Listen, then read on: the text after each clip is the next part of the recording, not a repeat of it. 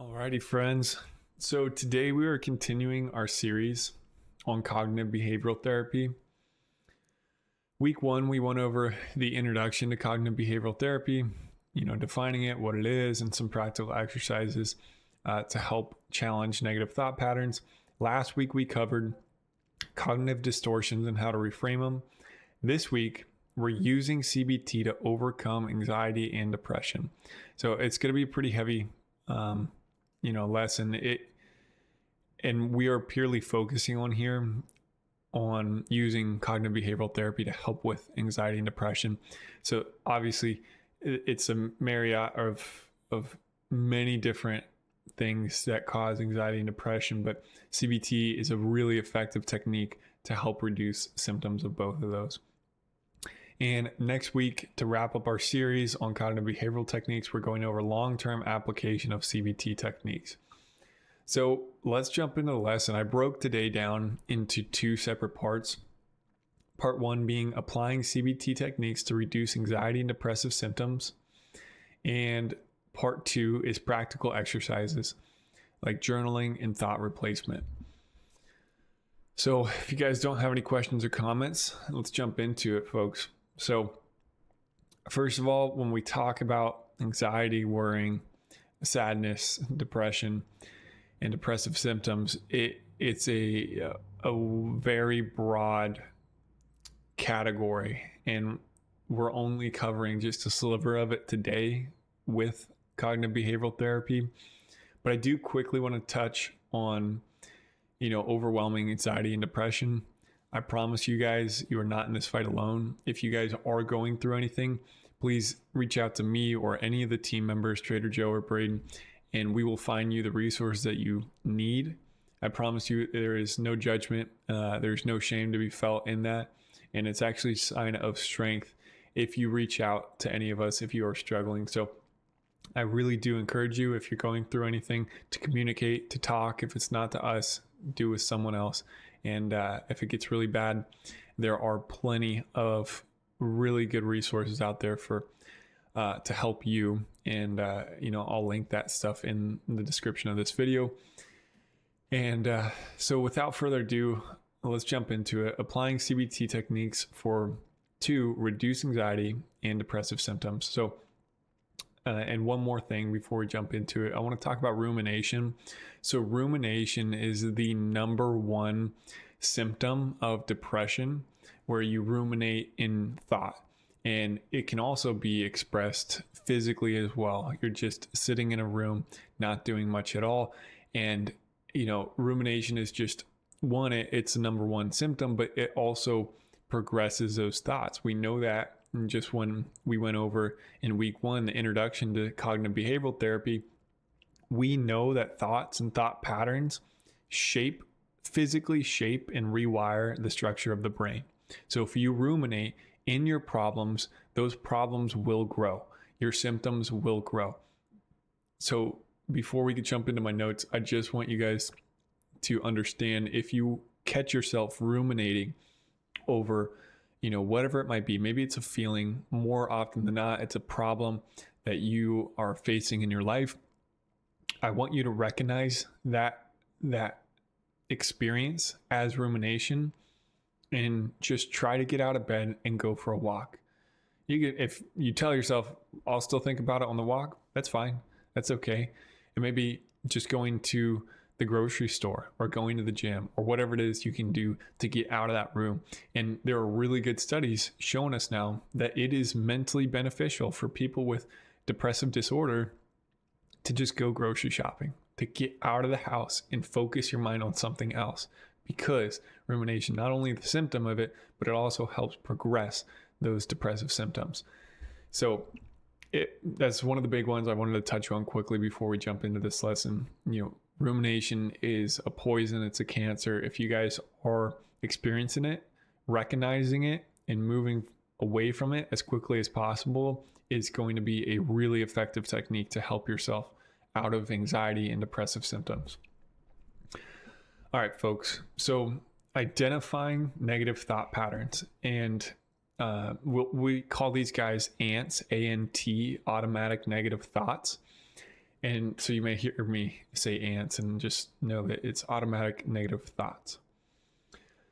So CBT helps in recognizing automatic negative thoughts that contribute to anxiety and depression, like catastrophizing or black and white thinking. So becoming aware of these automatic negative thought patterns enables you to challenge and replace them with more balanced, realistic perspectives, reducing the intensity of anxiousness or depressive feelings. So throughout the day, take note of the thoughts that trigger feelings of worry or sadness. Acknowledge these as patterns rather than truths, allowing you to take the first step towards change. And again, I know all my lessons are concise, and it's because we're on a limited time schedule here, but we could go into depth in this stuff. If you guys do want me to cover this more in depth, I will be happy to do that in a separate video or with you guys, personally over a phone call via Discord. But again, this stuff's, short and concise, but it is super powerful. So I'm going to repeat some of those points really quickly. So identifying these negative thought patterns is going to be your number one step to help reduce anxiety, worry, and depression. So identify it, feel those feelings. It's okay to feel them, but you have to understand that these are patterns and they're not truths. If you're really hurting, understanding that they are patterns of thinking, they are not truths of your life. So again, let's go over some of these points one more time. Becoming aware of these thought patterns enables you to challenge them and replace them with more balanced, realistic perspectives, reducing the intensity of anxious or depressive feelings. And that may be all it takes for if you're in bed and you're really stuck and you can't find the will to pull yourself up by the bootstraps and go to the gym or go eat something or go to the bathroom. The tipping point can be just identifying like these are negative thought patterns and they are not truths. And just that slight shift in thinking, once you're in that new headspace, that may be the time where you can get up and go to the bathroom or get up and go cook something for yourself, or get outside or go to the gym, or whatever these next steps we can take to separate ourselves from this these terrible negative thought patterns. So throughout the day, take note of these thoughts take note of thoughts that trigger feelings of worry or sadness. Acknowledge these as patterns rather than truths, allowing you to take the first step towards change. And so identifying is the number one step. Step 2, and we only have 2 steps in this because sometimes that's all it takes, is thought replacement. So step 1, identifying negative thought patterns. Step 2 is replacing these negative thoughts. So thought replacement. Thought replacement involves substituting negative or irrational thoughts with healthier, more constructive ones. By actively replacing ants, those automatic negative thoughts, you shift your mindset towards a more positive outlook, which can lessen the impact of anxiety or depressive symptoms, again, enabling you to be able to get out of bed and maybe take the next step towards progress. So when you catch yourself, when you catch a negative thought, ask yourself, is this a thought based on fact? And what evidence contradicts it?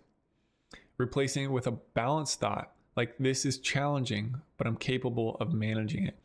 And when we went over cognitive behavioral therapy, the introduction to it in week 1, we went over, again, I mentioned it at the beginning of this lesson, those, as fake as it may seem and as unrealistic as it may seem, we know based off of really well done studies now, and hundreds of them at this point over the past couple decades, that those thoughts can physically change the structure of your brain, leading to less of these automatic negative thoughts and starting to form really healthy habits of thinking.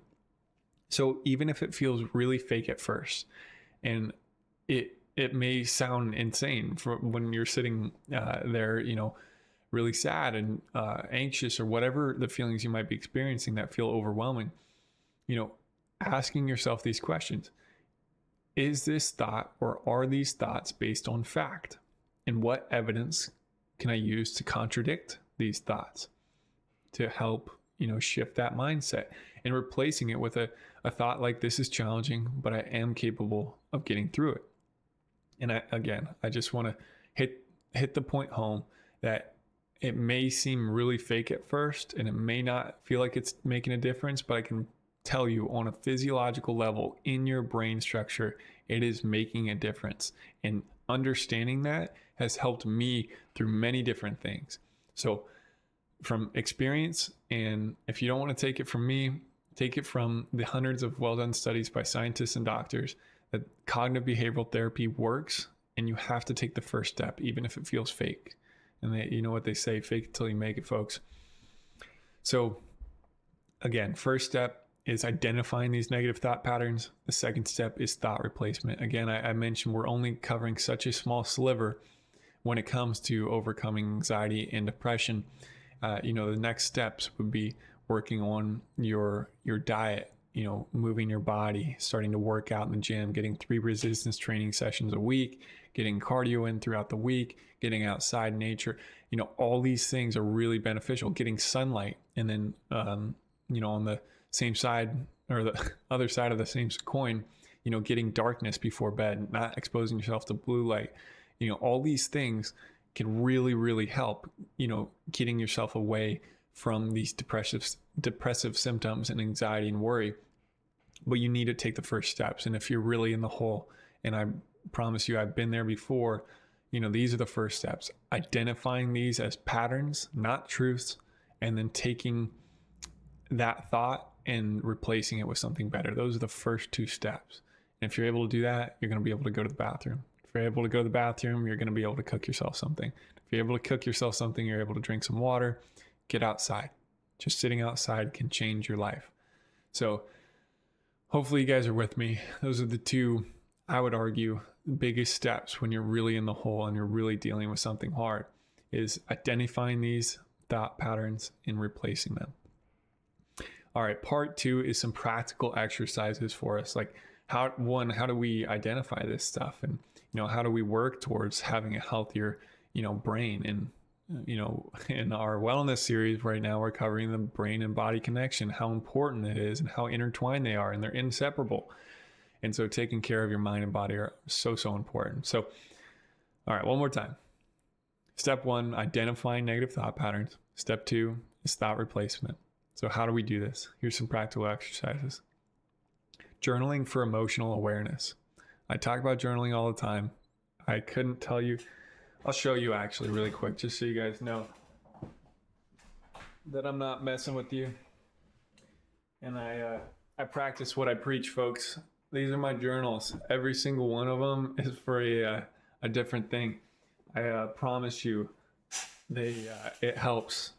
I'm dropping journals now. I got my medical journal. I got, stuff to draw in, the whole shebang. But man, do I talk about journaling, and do I use it.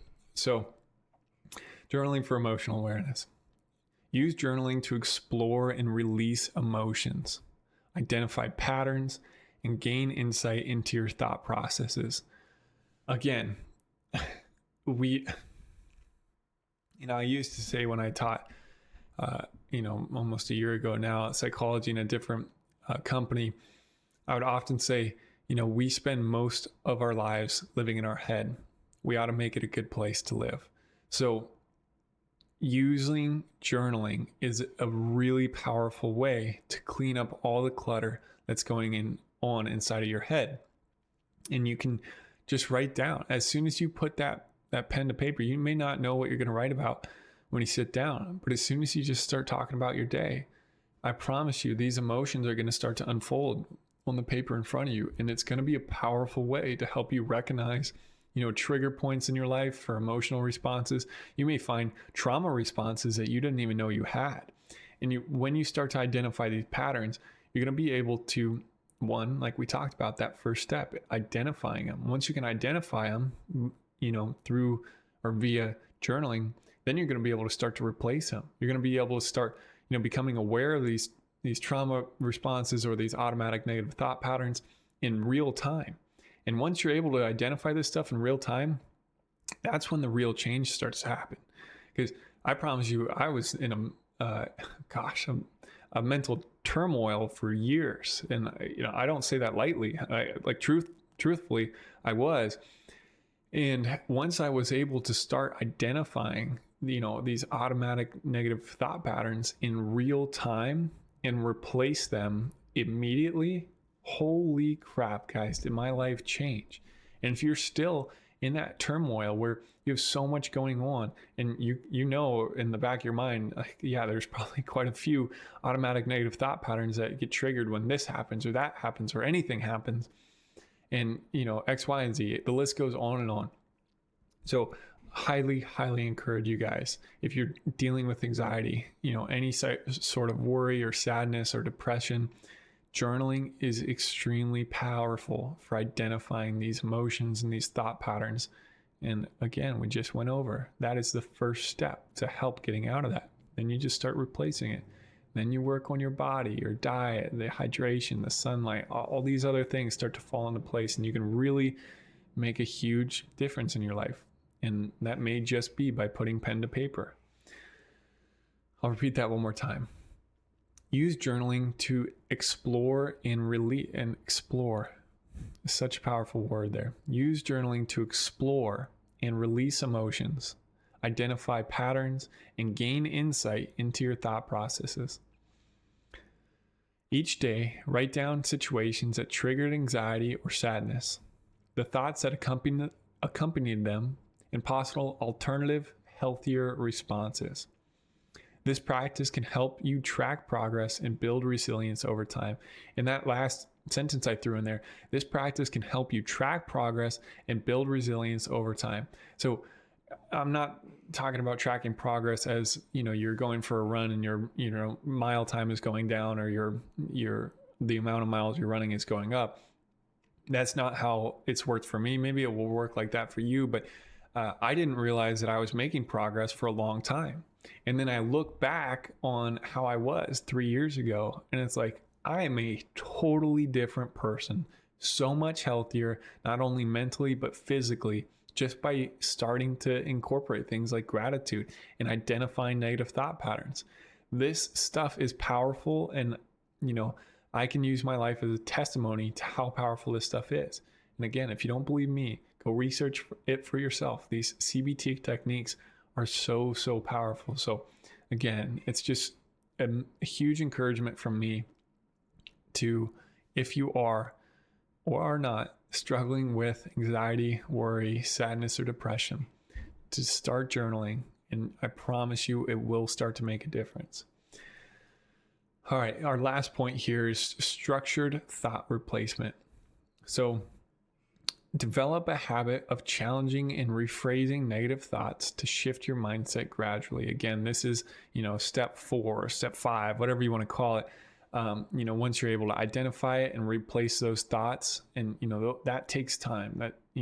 That's through journaling. That's through some hardship. That's through some, really heavy nights of crying and, not knowing what to do with yourself. Journaling can bring those emotions out. I promise you, journaling's powerful. If you've never done it, you'll find yourself, maybe you're someone who hasn't cried in years. If you start to journal about some of the most traumatic places of your life, not only are you finding, most traumatic experiences of your life, not only are you exploring those thoughts in a healthy way and exploring the emotions that come with that in a healthy way, you may really start to work through those. And one of my favorite studies to prove that point is they took, I believe I knew I was going to talk about it. I should have taken notes on it. I didn't. Essentially what the study was is they took, a group of people originally with the original study, and they said, hey, we're going to put you guys in a room by yourselves, and you're going to journal about the most traumatic experience of your life. And again, you should be doing this in a safe environment where you have support if you need it. And all these people did. And so they said, I want you to write for 15 to 30 minutes about the most traumatic experience of your life. And the first session, everybody's crying, everybody's, and again, they're separated, it's not in public. Everybody's crying, going through a really hard time. They're able to write for, maybe 10 minutes out of 30 minutes. Then they come back and they do it again. By the fifth time, and I may be getting the numbers wrong a little bit time, it's anywhere from 3 to 7 times. We'll call it the fifth time. By the fifth time they wrote about this traumatic experience, not only did every single person in the study say that they were better able to process, or now they were beginning to be able to process out of that experience. They're able to move from that experience in a healthier light. And they started to see massive reductions in trauma responses to certain triggers in their life. Like, someone was abused and someone moves their hand quickly. I know that's not the best example, but those are trauma responses when someone reacts to that. Almost every single person part of the study said that they saw massive improvement in that aspect of their life and many other aspects. And now they were able to openly talk about that with people and help people who have been in similar situations. So again, don't just take my word for it. These are well done studies showing how powerful journaling may be for you. And I'll try to find that study for you. It's been done thousands of times now, and it's now a practice of many psychologists to help people through therapy.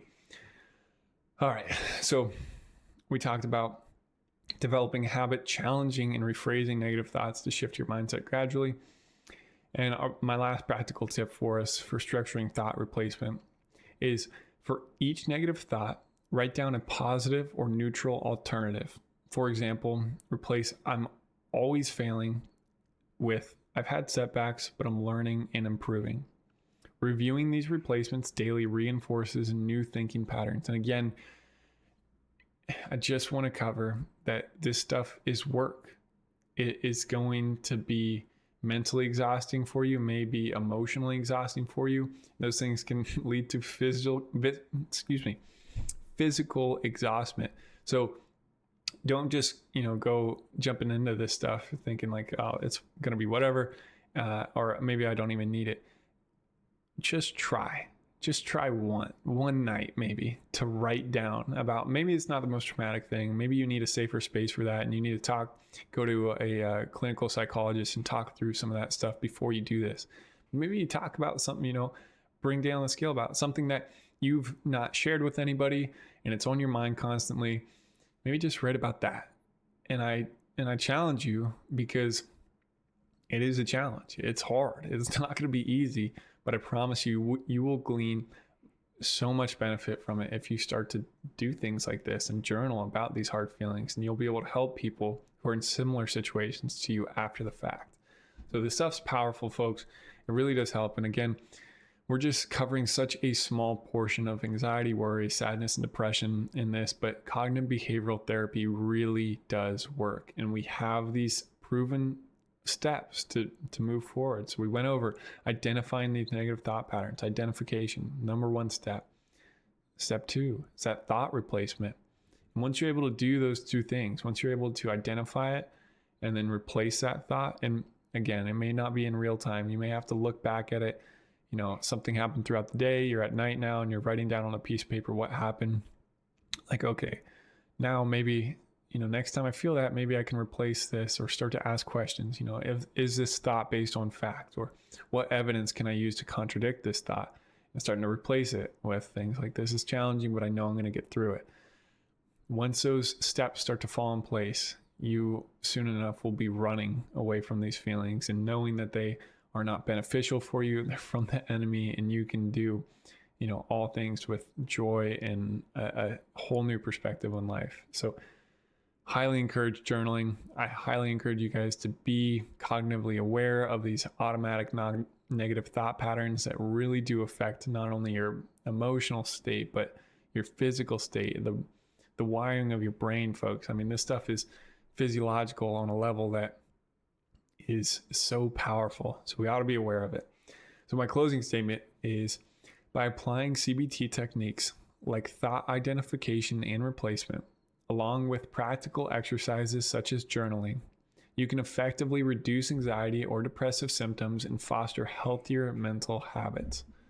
That's all I got for you guys today. Hopefully, you maybe learned something, or maybe it's a reminder for you, or maybe you're tonight gonna journal about something that is really hard that you've gone through. And I really hope that helps you. And again, if you guys are going through something, I promise you that you are not alone in this, and you have to take the courageous step forward and reach out for help.